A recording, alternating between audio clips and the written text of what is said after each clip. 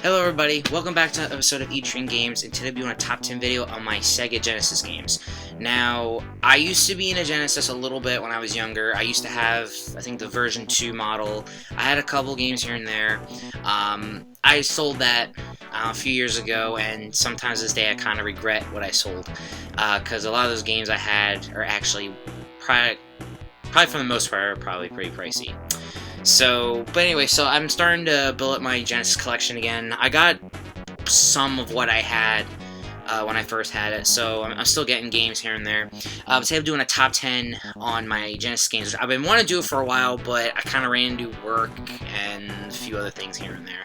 So for now, I'm going to show you my top 10 Genesis games. Okay, so I'll start for number 10. Metal Rocks talked about this one on his channel, and I decided to get it, and I'm glad I did. I actually like it, and that'll be Crew Ball on the Genesis. Basically, it's a pinball game with the band, what is their name? Motley Crue is the band, and they play some of their most famous songs as you play pinball. It's not great, but it's definitely worth a look at if you're into pinball games. Like, I used to be big into pinball when I was younger, so this was, you know, when I saw this, I was like, okay, I could probably play this. So, pretty good game. Flaws, there really isn't any flaws really in this one. Just that the gameplay feels short a little bit, and the songs get kind of repetitive. There's only like 3 or 4 songs that get kind of repetitive, but it's not too bad considering for its time. So, complete in box, which is right here, is complete in the box. Complete in box runs anywhere from between $9 to $10. I actually got mine for $5. I actually seen this game go up to almost $30 sealed. So it's getting a little pricey. It's starting to be known that this game exists now, so it's starting to go up a little bit. But nonetheless, it's still pretty good. Definitely for pinball people. It's another game I got here.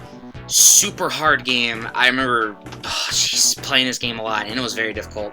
And that would be Ghouls and Ghosts on the Sega Genesis. There's a couple ports. I know there's a NES version, and I think there's a Super Nintendo version of the same game. But I think the Genesis one does it the best with its colors and the gameplay. Hard game. It's one of those games where if you die at a certain point, you go all the way back to the beginning again, no matter how far you go. That's why it's at number 9, because it's so difficult to play, but it's pretty fun. I enjoyed it. I never did beat the game fully. I've gotten close a few times here and there, but I never was fully to beat it. It's not complete in box, which is a little upsetting. It's just the game, which the game looks in really nice condition, which I'm happy about that. I've seen this game by itself go up to $20. I don't know if there's anything more. I haven't seen a sealed copy, but I know it'll probably definitely go up. It already is. Excuse me. As of like last year, it was at 15, and now I'm about to 20 now. So I think it's starting to become more rare now. But the Genesis version is obviously the best. I actually have the NES version, but I prefer it on the Genesis. It just feels better, in my opinion. So, moving along now. For non-Genesis game coming at number 8, I actually picked this up last month, and I'm glad I did. It was a great game. But that would be Spider-Man and the X-Men on the Genesis. It's like a side-scrolling beat-em-up-ish storyline, whatever you want to call it, smashed together. There's not many, everything sucks, not many X-Men. I think it's like 3 or 4. There's 4: Cyclops, Wolverine, Storm, and Gambit. And, obviously Spider-Man. So, you know, there's not many. It's basically a storyline. They made a second one on the Genesis. That game is very expensive. I've seen it go up almost $50, but the first one I think was better. I think the gameplay felt more smoother and whatnot. I think it's only one player, which is the thing that sucked too. Yeah, it's only one player, so they're on the back. It's only one player, so it kind of sucks a little bit, but it's still a pretty good game. Definitely feel like those Marvel beat-em-ups type of games, so I recommend it. It's pretty good. It is, I'm pretty sure it's complete. Yes, it is complete with the manual. I love how the manual looks. It's like mint, and the game looks mint. I love that. So I see this game go up anywhere between $10 to $20. I actually got mine for 10. But I've seen this game go up a lot in price lately. Hopefully it'll drop. But then again, Marvel and Spider-Man and all them, they don't go down for nothing anyway. So, definitely a good game though. I recommend if you like the Marvel beat-em-ups. Definitely worth taking a look at. Okay, this one coming in number 7. It's actually a game I got today, and I actually played it for a while, and it shot on my list pretty quickly when I was looking at my top 10 list, and I shot it pretty quickly because I love this game. I'll show it now, and it's Samurai Showdown. I don't know what to say about it. It's like playing Street Fighter and what is that game? Edge of Glory or something like that. I forget. It was an old arcade game, which actually was actually an old arcade back in the 90s, and they ported it to the Genesis. I think there's a Super Nintendo version, but I'm not positive on that. But basically, you choose between 12 different characters, and you just have a brawl. So it's like playing Street Fighter all over again. Characters are awesome. Their skill sets are pretty easy, I mean, to learn. None of them are like hard like Street Fighter and Streets of Rage. But it's pretty much, you know, self-explanatory. There's nothing really hard about the game. But it's definitely fun with friends. Definitely want to play this with some people when I get the chance. But I think mine isn't complete though, and there is a little bit of wear, if you can tell, on the game right here and whatnot. So, but then again, I got it anyway because I never see this game ever, especially in New Jersey. You never see this game, so I had to pick it up. This game actually runs $15. I haven't seen gone up or gone down. I was able to get mine for 10. I'm pretty sure it was 10. So, I'll take it, and definitely a great game if you want a different feel than Street Fighter or Tekken or whatever else. But it's definitely a great game. Definitely want to take a look at. Alright, coming at number 6 is my list. Yes, JonTron was actually talking about this game a few months ago. Excuse me. And, well, actually, I saw the video a few months ago, but he made it like 2-3 years ago. So I just randomly saw it on his channel, and it looked really good. So I was like, well, I guess I'll give it a shot. But that'll be Mick and Mac as the Global Gladiators. Now, what's funny about this game is, this is number 6, by the way, if you didn't know. But basically, this game, back in the 90s, McDonald's, Burger King, I think Taco Bell, Captain Crunch, and a couple other ones made their own games. Video games. Don't know why. I think everyone on the planet knows what they are, but then again, maybe not. I don't know. But, McDonald's came out with a couple of Genesis games, a Game Gear game, and I think it came out with a Game Boy Color or something. Like their own version or something. I forget what it was. But, this was one of the games that was on his channel, and I definitely wanted to get it. Basically, you play as Mick or Mac, which are on the cover, and I think something on the order of, like, they want to, like, be, like, a gladiator or something, and they were like, I wish I could be that, and then Ronald comes out of nowhere and then teleports them into a book, and, yeah, and now you're a fighting person. I don't know. I was actually laughing when I saw it, but, I decided to grab it, and to tell you the truth, it's actually pretty good. I was actually expecting to be pretty bad, but this is actually a pretty good platformer. It's pretty good. I was surprised when I put it in. I was thinking to myself, oh, this game's gonna suck, and I was like, why did I waste my money on this? I was actually surprised. It was actually pretty decent. I would play it again. I would definitely play it again. It was pretty good. Now, price-wise, this is where it gets weird. This game jumps in price constantly. Like, it will go up for like $30, and then in an hour it will jump down to like $5, and then the next hour 30, and then the next hour 10. I was able to get mine when it was like at, I think it was like 12 or 13 or something like that. But I don't know. It's hard to say on prices on this game. I'm a little disappointed with this quality though, because the picture didn't show, you know, those two little, I don't know, the teeth marks or burn marks, I don't know what they are. And there's dirt, you know, all around it and whatnot, and, you know, they didn't say that in the description, so I'm a little upset about that, but hey, I mean, for a McDonald's game, I mean, what do you expect, really? It has no manual as well, which I'm a little upset of that as well. It has this little, you know, cartridge in it and whatnot. I actually kind of like the black on black, looks really nice. But, yeah, it's kind of hard to say on price-wise. It jumps up and whatnot, but it's a really good platformer. I definitely recommend to anybody who finds it. Best bet to get on eBay because you'll be waiting a long time to wait in the store. So I definitely say eBay. That's actually where I got mine. Okay, let's see now. Okay, so coming in number 5 is another good game. Now I was a fan of the Sonic series. Now what probably you're thinking right now, Sonic 2. No. Now it's none of the Sonic trilogies. There's a reason. I see people put that game, any of the Sonic games, way too much. I'm getting sick of it. There's always those two or three games that nobody really ever talks about. Mean Bean Machine, what's the other one? Spinball, and I think it was Sonic & Knuckles or 3D Blaster, one of them. And no one really ever talks about them. Well, on my personal list, at number 4, right, 3... Sorry, number 5, I'm sorry. And number 5 is Sonic the Hedgehog Spinball. I adored this game when I first got it. I just had the case, not the case, I had the game, sorry.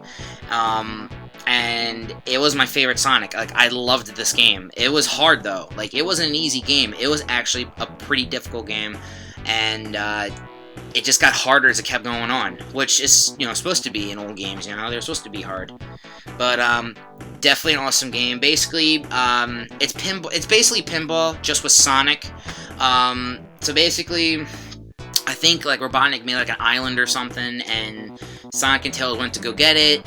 A wind takes the plane, Tails' plane away, and Sonic falls in the ocean. He wakes up, and he's, like, in this underground pinball tunnel defense system type of thing.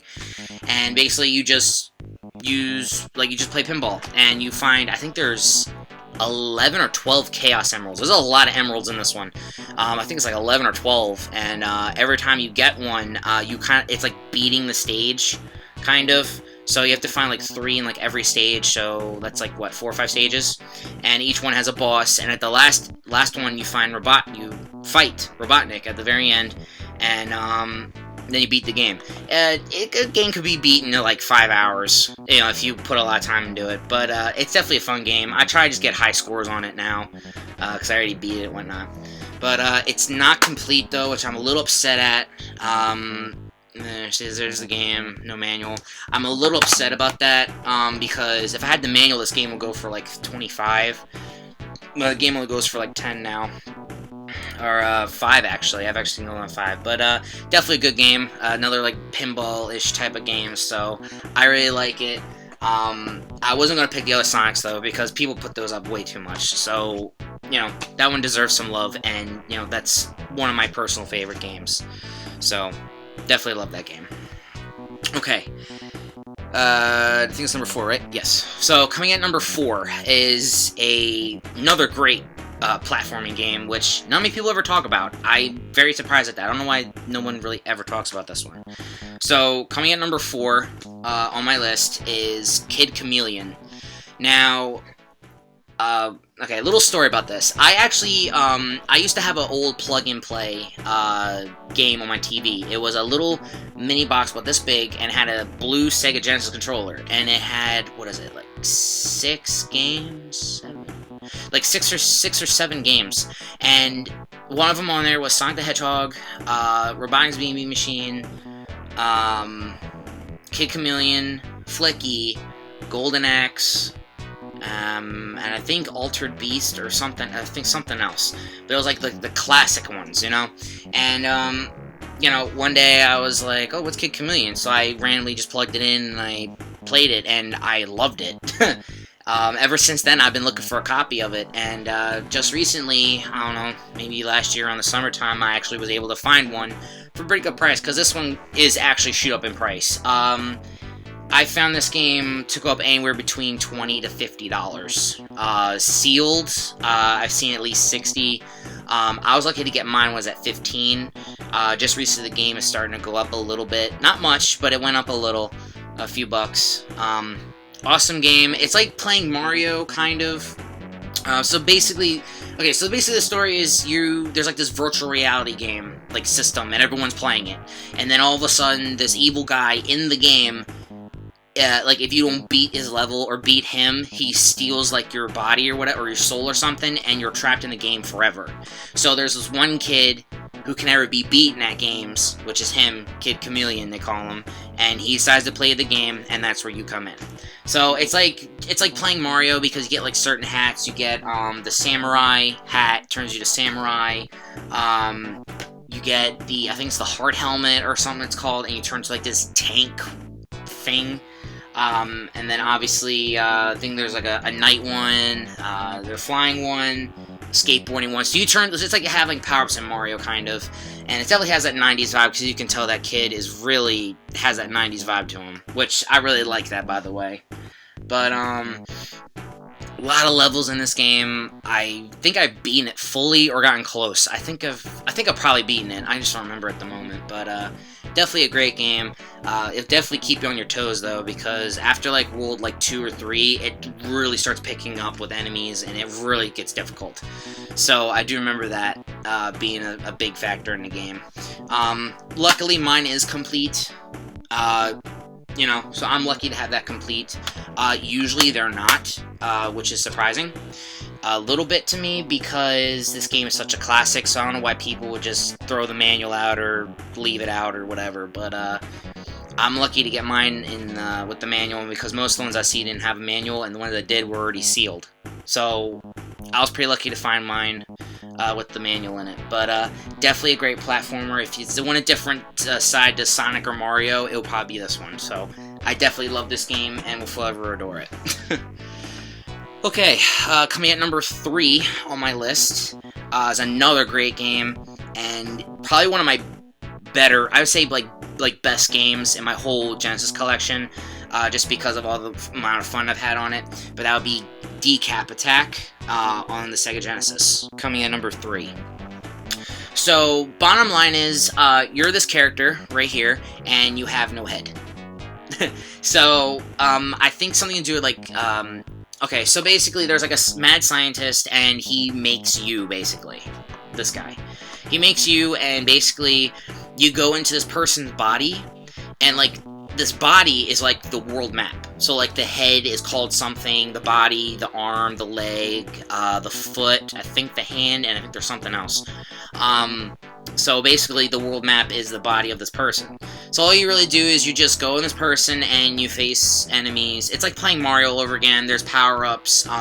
You can find like this little skull thing right here and put on like top of your character. So it has like a face in his gut and a face like on this person. And when you want, you could just take the head, as you can see, and you could just throw it. It won't come back to you, but you can just throw it. And it's really funny because their eyes like do that. They're like all scared and shocked and whatnot. So I always loved throwing them because it was so funny. There's bosses, I think there's secret levels, and there's something else. I forget what it was at the moment, but the ending is very difficult. I do remember that in this game being very hard. Now, this game is getting very rare. From what everyone I've seen, the condition I have it in is like $40.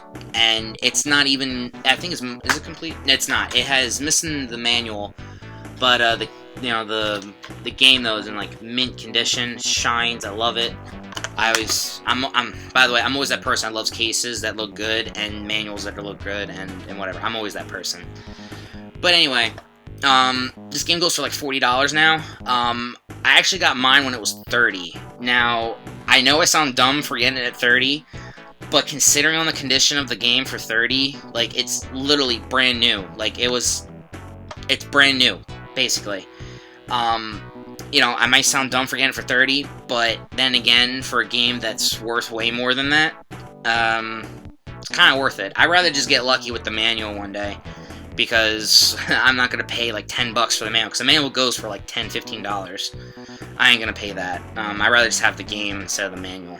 So, coming in number 3 is Decap Attack. Another great take if you want to do like the Mario-ish type of game. Alright, coming down to the last two. These two are my personal favorite, and two that, you know, will probably forever will be my top two. But I'll show them real quick. This number 2 on my list is Vector Man. Number 1, this is actually 2. This is the first one, which I like better. The first thing you'll probably notice is that this isn't plastic like the others. This is cardboard. Because what happened was, towards the end of Genesis' life cycle, which was 1995-96, around the 64 came out and stuff, they started making cardboard. It was a lot cheaper to make, and it was just easier for the company to do that. The only thing with that is, over time, these wear out. As you can tell, the copy that I have in cardboard isn't terrible, but it does have its, you know, bad edges. But for the most part, it's, you know, pretty solid, which, you know, I'm happy. So I need to get like a case for that to, you know, keep the shape and whatnot. I don't want this destroying. So, definitely a great game. It's a 2D Mario-ish game, but at the same time, you're Vector Man, so you shoot like these atom things out of your hand to attack enemies. It's like using the fireball from Mario, like, constantly. It's like using one of those, but you can like spam it, so you go like this. So it's like playing Super Mario, but with just the fire ability, and you just keep doing it over and over again, and you won't lose it. You collect little, I think they're called Atom or Sprites. I forget which one. I think it's Sprites. And that's how you get more power, more health, and how to shoot more out of your hand. Awesome game. This game's been going up a little bit. The second one has definitely gone up. I've seen that go up quite a bit lately. But the first one has gone up just a little bit, but not a whole lot. I got mine for 10. Like I said, you know, a lot of these games I got for like mostly 10 anyway, but definitely great game, and, you know, hopefully I'll get that case before this whole thing breaks apart one day. But I don't really know much of the story. I haven't played it in a long time, but if I remember right, I think like it's like the end of the world type of thing, and like this evil robot out of nowhere comes out of nowhere and be like, okay, I'm gonna take over the planet, and then Vector Man's like, no, you're not gonna do that, I'm gonna stop you. So it's like one of those type of games. So I think it's worth it. It's one of my favorites, and no one really ever talks about that game, so I'm a little surprised at that, but what are you gonna do? Alright, so number 1 on my list. Now, most people are probably going to say Streets of Rage, or Echo the Dolphin, or, I don't know what else is out there, Street Fighter, and whatever else people say. Well, my number 1 top game on the Genesis, forever will be number 1, NBA Jam. I adored this game so much when I was a kid. I loved playing it over my friend's house, my uncle's house. I loved playing this game. This is actually a tournament edition, if you couldn't tell. It says TE at the bottom. I do have the original tournament, excuse me. I do have the original NBA Jam and a tournament edition on the Genesis, but I find myself playing more of the Genesis version more. Basically 2-on-2 basketball, freestyle, crazy dunks, shots. The announcer's hilarious. I think there's all the teams. There's a rookie team, 2 superstar teams, and there's hidden characters. The only one that I remember personally was Bill and Hillary Clinton that you can unlock in the game, and you can play as them in the game, which was hilarious. So, and that's only in the tournament edition. There's not in the original. I think the original only had like 1 or 2 characters you can get after beating the whole thing, but after that, that was it. So this game really emphasized, you know, putting a lot more characters, a lot more rosters. I just find myself playing this version a lot more. So basically this game, the original goes for 10, the tournament edition goes for 15, and I think this one is starting to drop. I saw it just last week, and this game actually went down from 15 to now 10 to 11, 12-ish. So it's not much of a drop, but it is a little bit, which is good, especially for Genesis, because it was the best on Genesis. And it is complete, by the way. I'll show that off real quick. It is complete, has the manual and the game. The label is starting to come off a little bit right here, which I gotta probably glue that or something down. I don't know, I'll have to do something with it. Mine unfortunately is a little sun faded, as you can tell on the cover. It's not, you know, crisp and colorful like the back. It's all sun faded. But hey, after getting it from a garage sale for like $3, I really couldn't complain about it. So definitely number one forever and all time on my list. NBA Jam Tournament Edition.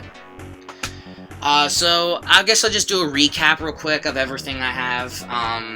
Like I said, most of these games are pretty cheap. Some of them will run you at least 20 to 30, depending on if they're complete and in mint condition, which, you know, for me personally, that's all I really get. So, but real quickly, I'll go over what I had. So, number 10, we had Crew Ball. Number 9 was Ghouls and Ghosts. Number 8 was Spider-Man and the X-Men. Number 7 was Samurai Showdown.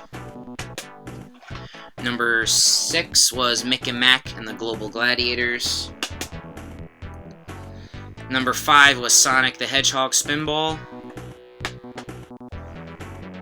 Number 4 is Kid Chameleon, sorry. Number 3 was Decap Attack. Number 2 was Vector Man. And number 1 was NBA Jam Tournament Edition. So that's basically it, guys. That's my top 10 Sega Genesis games. You know, I had a real great time, you know, pick out these games. Some of them I might go back right now and play some, because I'm kind of eager to play a little bit of them. So it's a great time. Great memories in that stack right about now. Staring at them. So, but anyway, guys, thank you for watching. If you noticed, I have another shelf, so now I got 3 right now. As you can tell, it's massively growing. My cartridge games are getting out of control. I will show off one thing real quick. Just recently, I got cases for my Nintendo 64 games. They're in these little plastic cases. I learned these from Metal Jesus Rocks as well. He was talking about, like, should you put your games in cartridges, like put your cartridges in cases, or is it worth the money? Me personally, it is. Just because all my stuff's in the basement, so it always gets cold and stuff at night, and sometimes damp during rains. So I want to keep these as mint as possible. So I'll leave in a link description to the website that I used, and I might do the link of the video that he did. That he talked about him and stuff. So there's cases for NES, Super Nintendo, Genesis, basically every single game out there. So every single 64 game I have across the top and right here, they all have these cases on. So it's definitely worth getting them. In the future, I will be getting NES and Super Nintendo soon. So I say it's definitely worth it. And I'll leave the links in the description below on where to get them and whatnot. So thanks a lot, guys. You can follow me on Instagram. I always post pictures of what I get or what happens throughout the week. I always post whatnot. And follow me on YouTube and subscribe. It will definitely help me out, and it will keep you updated on what I get. And maybe sometimes I'll do reviews, or sometimes I'll do like my pickups of the week and stuff. So I loved doing that. I'll be live streaming. I did a couple. I did Killing Floor 2 and some Resident Evil 7. I might be doing Killing Floor 2 again tonight. I don't know. Maybe. And Resident Evil 7, I want to do that again because my last one wasn't the greatest because I couldn't have my mic on. And I kind of got stuck and lost, so I was just circling around the whole place because I didn't know what else to do. So I can actually figured out what to do now. So definitely look out for that as well. And I think that's it with everything. Let me see. Yeah, so I think that's actually it. So yeah, wow, actually went over a little over time than I thought. So yeah, I'm sorry about going over a little bit, but, you know, a lot of great memories, and, you know, I had to explain a couple of things. But anyway, thanks a lot, guys, and, I'll see you all in the next video. Bye, everybody.